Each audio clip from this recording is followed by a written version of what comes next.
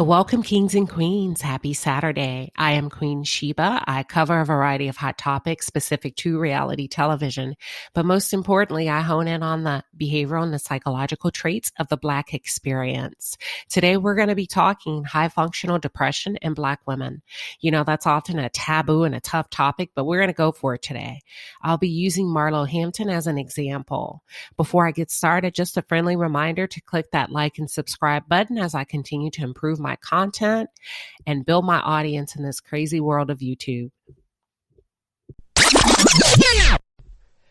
So what do I mean by high functional depression? Let me be clear. High functional depression is more of a buzzword. It is not a clinical diagnosis. It's actually a person, despite how they're feeling on the inside. Keep in mind, they're normally crumbling on the inside. And in spite of that, they are effective in their day-to-day life. They cook, they clean, they pay their bills, they talk to people, they show up to work, probably perform very well, to be honest with you, opposed to someone who doesn't have high functional depression. They appear to be fine to the outside world, but like I mentioned before, they're suffering on the inside. But let's take a look at the small clip before we get started. Kenya never compliments me. She never supports me. I give and no one gives me anything back. In my opinion, watching this, Marlo demonstrates and have exhibited on multiple times throughout the years characteristics of high functioning depression or a possible bipolar disorder. I'm not a medical doctor. This is all my opinion based on my observations, okay? And let me say, this review is more educational and informational. These are based on my observations and my experience. I am not a medical professional, but I'm simply sharing my opinion and opening up the floor to promote the dialogue as a YouTube community. It's a very taboo subject in the Black community. And actually, we tend to associate mental health and behavioral health with quote unquote being crazy. And what I like to do is change the narrative around that. I want to disrupt the stigma so that it becomes more of a beautiful and an uplifting conversation opposed to shame and stigmatism. So let's take a look at some of the scenes where I believe and receive it as Marlo's crying out for help. She's really asking for help. But let's just take a look. Decided to follow the rules, move into the house like Marlo asked. Yes. Right? Yes. But now Marlo wants to add another stipulation. You have to have a conversation with me. Do you mind speaking to me before you leave? Not with that tone. Okay, I told you don't speak to me like speaking that. to me before you leave, Kenya? All right, so y'all Go gonna left if you wanted to go left. Okay, so I'll just follow behind you and talk to you. Since you want to act 5. It's too early to do it now, y'all. Can we at least get one event? Ma'am, like she's here at the time you wanted her here. Right. I'm with you on this one. Like, why you continuing the issue at this point? You already know y'all conversations do not necessarily go well. Why does she have to have a one-on-one conversation? She's like, I will have a conversation. I said she can stand here and say whatever she has to say with everyone present. So that's what it is. That's not what I want to do. Okay, well, I asked to speak to you woman to woman. and I said no. Why does it have to be one-on-one? Then just because she didn't want to have a private one-on-one, Marlo made it go to nuclear level. Right. Have a safe trip back, Kenya. Yeah, okay. Have a safe trip back, Kenya. Have a safe trip back, Kenya. Have a safe trip back, Kenya. Away from. Let's go. This don't stop. One monkey don't stop no show. She's jealous and intimidated. I'm an icon. You're an ex-con, bitch. Bye. Kenya never compliments me. She never supports me. Not once have you said, Marlo, I'm so proud of you doing it. So it's like I'm tired of giving. It's like my family. I give and no one gives me anything back. Yeah, it's really sad. It's depressing, and it's just. It was. You know, what do you think? What are your thoughts? Your real true thoughts. Feel free to share it in the comment box. This really makes me sad. If you just listen to what she's saying Kenya never supports me. Kenya doesn't compliment me. Marlo and Kenya are not friends. In reality television, it's a job, okay? Imagine your coworker that has high functioning depression saying your name. You know, Sandra doesn't support me. Sandra never compliments me. Or, Ed never compliments me. Imagine that. Is that not a cry for help? And my heart breaks for Marlo because it breaks for her for so many different reasons. Subconsciously, I believe she's having a conversation with her mother by way of Kenya. Marlo has shared that her mother has said some really mean things to her as a child. Her mom has called her ugly. Marlo's a tall woman. Her mom talked about her having big feet. Her mom teased her about the texture of her hair. And this happens quite often in the Black community, that toxic mothers. But guess what? They're off limits. We cannot hold them accountable. Okay? That's just the culture. We can't hold them accountable. We can't say anything to them because they're the mother and they're always right. And as a result, we have this huge swell, this huge wave of women that are suffering in silence, crumbling on the inside, dying on the inside, but looking beautiful and fabulous on the outside. Marlo has had a very challenging childhood. From her own words, and this isn't something I'm making up, she's actually being more vocal about it now more than ever. Her mother was a drug addict whose behavior caused Marlo to be raised in the foster care system, as a young girl. I believe she was age 8 or 9 when she was taken away and placed in the foster care system. I'm familiar with the foster care system. I know how harsh that can be on a child. And although Marlo didn't share why, I believe, allegedly, it could be a mixture of things, being that her mother was an addict. And when you think about people that are gone on drugs, they're not in their right frame of mind. We've seen instances where they expose their children to danger. And as a child, Marlo has probably had to endure some really harsh things. She's seen some things. She's heard some things. And, she's probably been the recipient of some type of abuse, physical, sexually, emotionally, God knows. So my heart really breaks for her. Let's check out another video. And in this video, Marlo shares with Sheree and Sonia about her kicking her nephews out of the house. It's been almost 3 years. I need a break from them. So I kicked the boys out. What? It was just a bad day. You kicked the boys out? I just told them they had to go. Where did they go? To my little sister's, Crystal.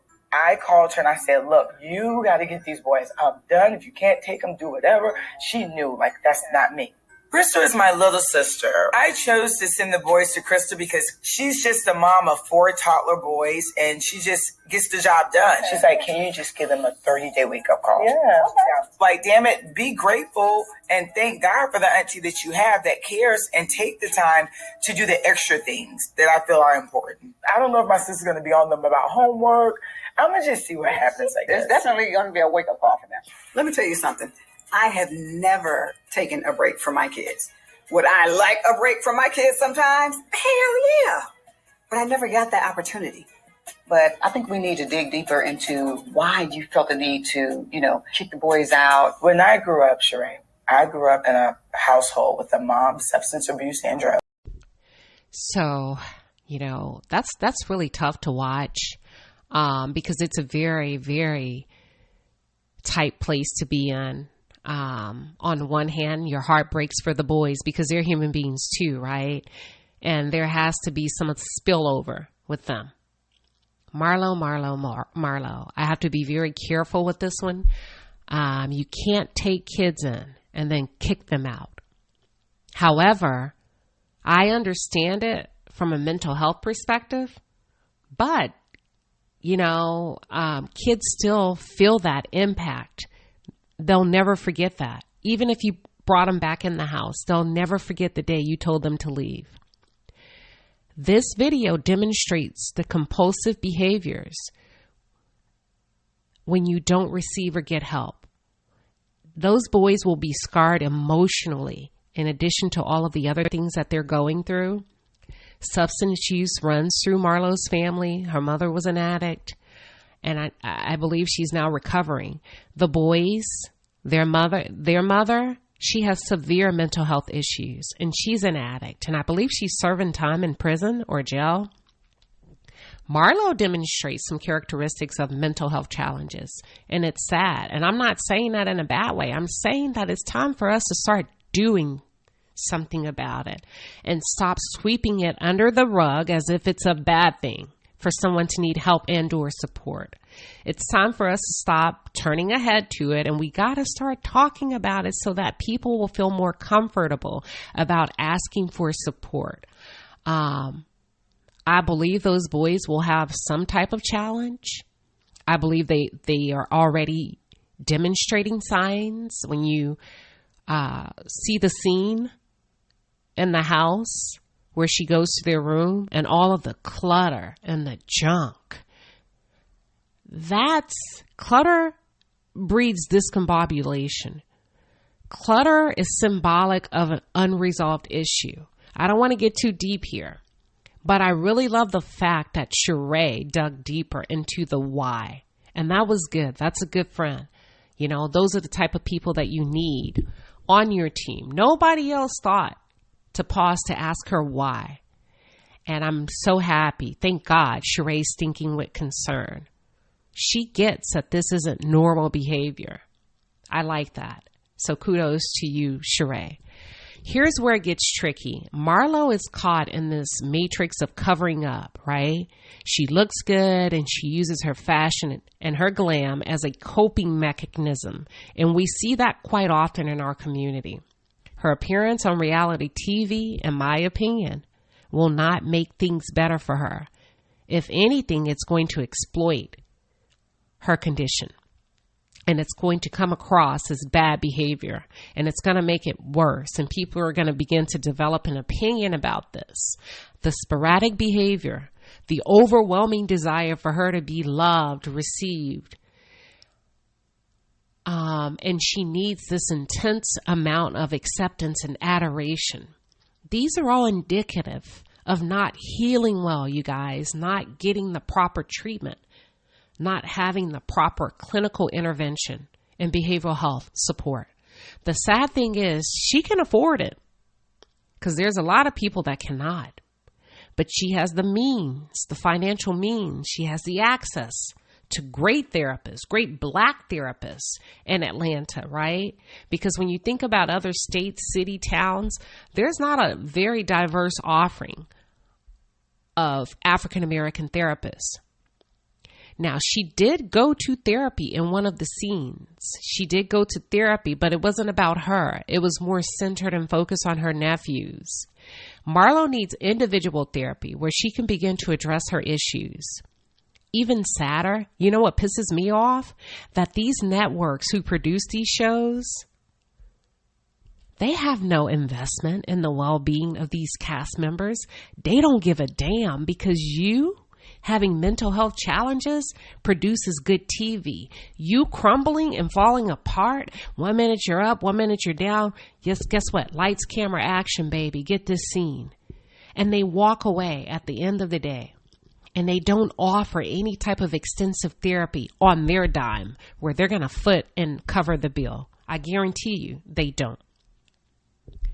To meet the criteria for a diagnosis of depression, a person, an individual, they must have some type of defect in their social, occupational, or day-to-day activities.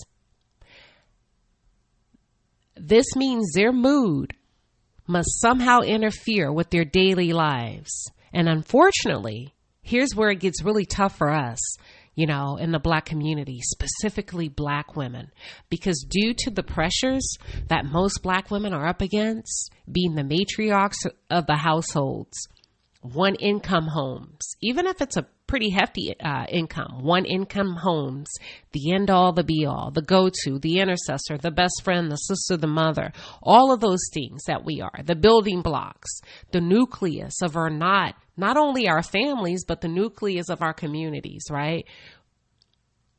We don't have the luxury of pausing. We don't get the luxury of missing work, sleeping 8 hours a day in most cases. We don't often get the luxury of taking some time away, extended time away to decompress, to receive grace, or even knowing enough to be kind to ourselves. As a result, we don't qualify to be clinically diagnosed as depressed. Now, do you understand why it's a buzz term, high functional depression? Because guess what?